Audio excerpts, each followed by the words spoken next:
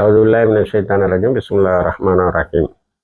அன்பார்ந்த நேயர்களே, ஈரானுக்கும் அமெரிக்காவுக்கும் இடையேயான யுத்தம் பல புதிய உச்சங்களை தொடுகின்றது.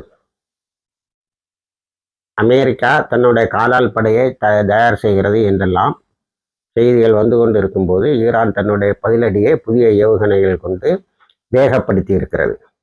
இந்த நேரத்தில் யமன் நாட்டில் இருக்கக்கூடிய ஹவுத்தீஸுக்கும் சவுதி அரேபியாவுக்கும் இடையே ஒரு யுத்தம். இந்த யுத்தங்களை எல்லாம் நம்ம கண்டுக்க முடியாத அளவுக்கு அமெரிக்காவுக்கும் ஈரானுக்கும் நடக்கக்கூடிய யுத்தம் புதிய உக்கிரங்களை எட்டியிருக்கிறது. இதுல ஈரான்ல இருந்து போன ஒரு ஃப்ளைட்டு எங்க யமனுக்கு, ஹூத்திஸுடைய யமனுக்கு சனா ஏர்போர்ட்ல, இது ஒரு வாரத்துக்கு முன்னாடி நடந்தது. அதாவது சையத் அலி காமனியினுடைய அடக்கம் முடிந்து அடக்கத்துக்காக வந்திருந்த ஹூத்திஸு இன்னும் பல ஹூத்திஸ் உறுப்பினர்கள் திரும்பி சென்ற ஃப்ளைட்டு.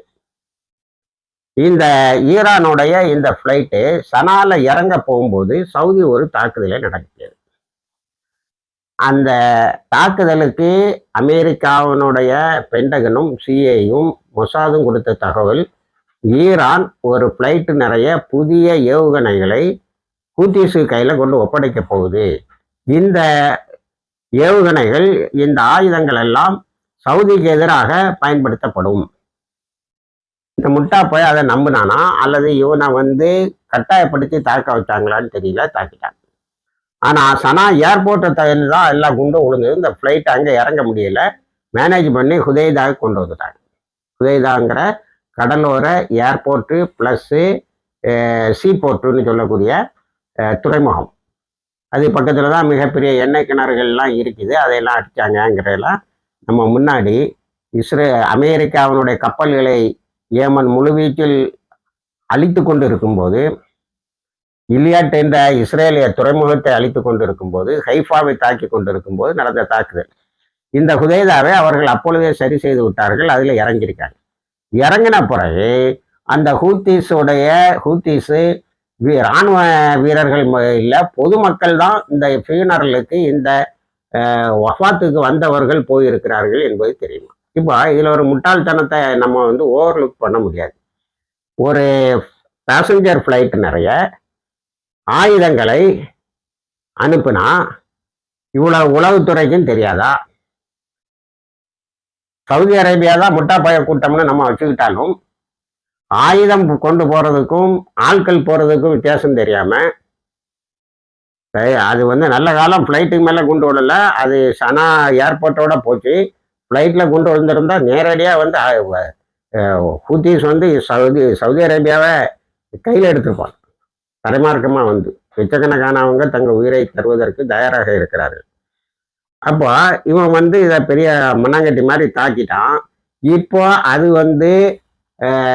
ஹூத்திஸோடைய ஜனாசாக்கு, சையத் அலி காமனிக்கு ஜனாசாக்கும் அதுக்கு முன்னாடியும் வந்தவர்கள் தான் அங்கே போயிருக்காங்க ஈரான் ஃப்ளைட்டில் அப்படின்னு தெரிஞ்ச பிறகு என்ன ஆகிப்போச்சு, இதை தெளிவுபடுத்திக்கிட்டு அன்சாருல்லா அல் அபயாங்கிற ஒரு ஏர்போர்ட்டை துவம்சம் பண்ணிட்டாங்க சவுதி அரேபியாவில்.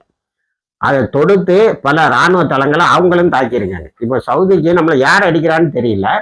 ஆனால் ஈரான் இது வரைக்கும் நாங்கள் சவுதியில் ஒரு இதை அடித்தோம்னு சொல்லலை. கத்தரில் அல் உதைத் இதை அடித்தோம்னு சொல்லி இவ்வளவு நஷ்டத்தை உண்டு பண்ணோம்.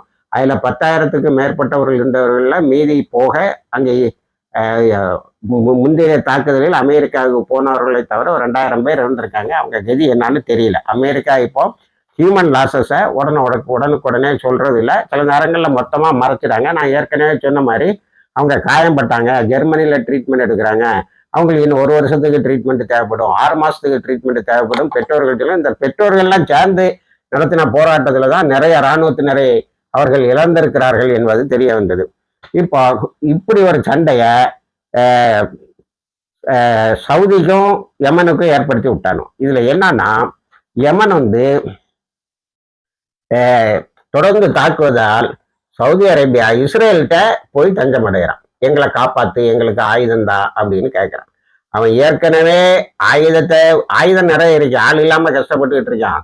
இப்போ அவனுக்கு எக்கச்சக்கமா பணத்தை அள்ளி கொடுத்து 1க்கு 10 விலையை கொடுத்து ஆயுதங்களை வாங்குவாங்க. இப்படி இந்த அரபு நாடுகள் காசால இறந்து ஷஹீதாகிட்டு இருக்க 73,000 சொச்சம் இன்னைக்கும் 15 பேர் ஷஹீதாகி இருக்கிறார்கள். அவங்கள பத்தியும் கவலைப்படுவதில்லை, அலெக்சாவை பத்தியும் கவலைப்படுவதில்லை. அமெரிக்காவுக்கு எப்படி தளம் கொடுக்கிறது? ஹூத்திஸை எப்படி அமெரிக்காவை தாக்கி வெற்றி பெற்ற ஹூத்திஸை நம்ம என்ன செய்யறது? அவங்களுக்கு எப்படி அதுக்கு இஸ்ரேலுக்கு உதவி செய்யுதுன்னு தான் பார்க்குது. இதனால இந்த அரபுக்கள் அழிக்கப்பட வேண்டியவர்கள் என்பது உலக அளவில் முஸ்லிம்களுடைய ஒப்பீனியன். அதை நேற்று ஈரான்ல பேசியிருக்காங்க. இவங்கெல்லாம் இப்படி இருந்துகிட்டு இருந்தாங்கன்னா முஸ்லிம் சமுதாயத்தினுடைய நிலைமை என்ன என்று. அப்போ இதை சவுதி இதுக்கடையில என்ன செய்திருக்குன்னா, இஸ்ரேல்ல இப்படி ஒரு இதை போட்டிருக்கு. இப்போ நார்மலைசேஷன் வித் இஸ்ரேலோடு தன்னுடைய சுமூகமான உறவை ஏற்படுத்துகிறதுக்கு தனி பாலஸ்தீனம் ஜெருசலத்தை தலைமையகமாக கொண்டு அமைய வேண்டுங்கிற டிமாண்டை விட்டுக்கிட்டு எங்க நாட்டின் மீது தாக்குதல் நடக்காம பார்த்துக்கணும், எங்களுக்கு தேவையான பொருட்களை தரணும், அப்படின்னா நாங்க நார்மலைசேஷன் சொல்லி கீழே இறங்கி வரேன். ஏன்னா இப்போ இவனுக்கு இந்த ஆக்சிஸ் ஆஃப் இஸ்லாமிக் ரெசிஸ்டன்ஸுக்கு எதிராக இஸ்ரேலுடைய உதவி தேவைப்படுது என்ற முடிவுக்கு வந்திருக்கிறான். ஆனா ஹூத்திஸ் ஒன்று தெளிவா சொல்லிட்டாங்க, நீ எதை கொண்டு வந்தாலும் முடியாதுன்ட்டு. இப்போ சவுதி அதிகமா பயன்படுத்துற ரெட் சீயை பிளாக் பண்ணிட்டாங்க. உங்க கப்பல் எதுவும் வர முடியாது. ஒரு பொருளாதார பயங்கரமான நெருக்கடி சவுதிக்கு ஏற்படும் என தெரிகிறது.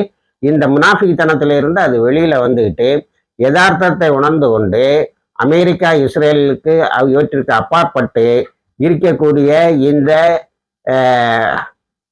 கத்தர் குவைத்து போல உள்ளவங்க எடுத்து இப்போ முடிவு எடுத்துட்டாங்க. அவங்க நம்ம இனிமேல் இதுக்கு மேல நம்ம எதுக்கும் உதவி செய்யறது இல்லைன்னா, ஆனால் பஹ்ரைன் மட்டும் திருந்தாது போல தெரியுது. இணைந்திருங்கள், தகவல்களை தருகிறோம். வாசிக்கிறதவான அல்ஹம்துலில்லாஹி ரப்பில் ஆலமீன்.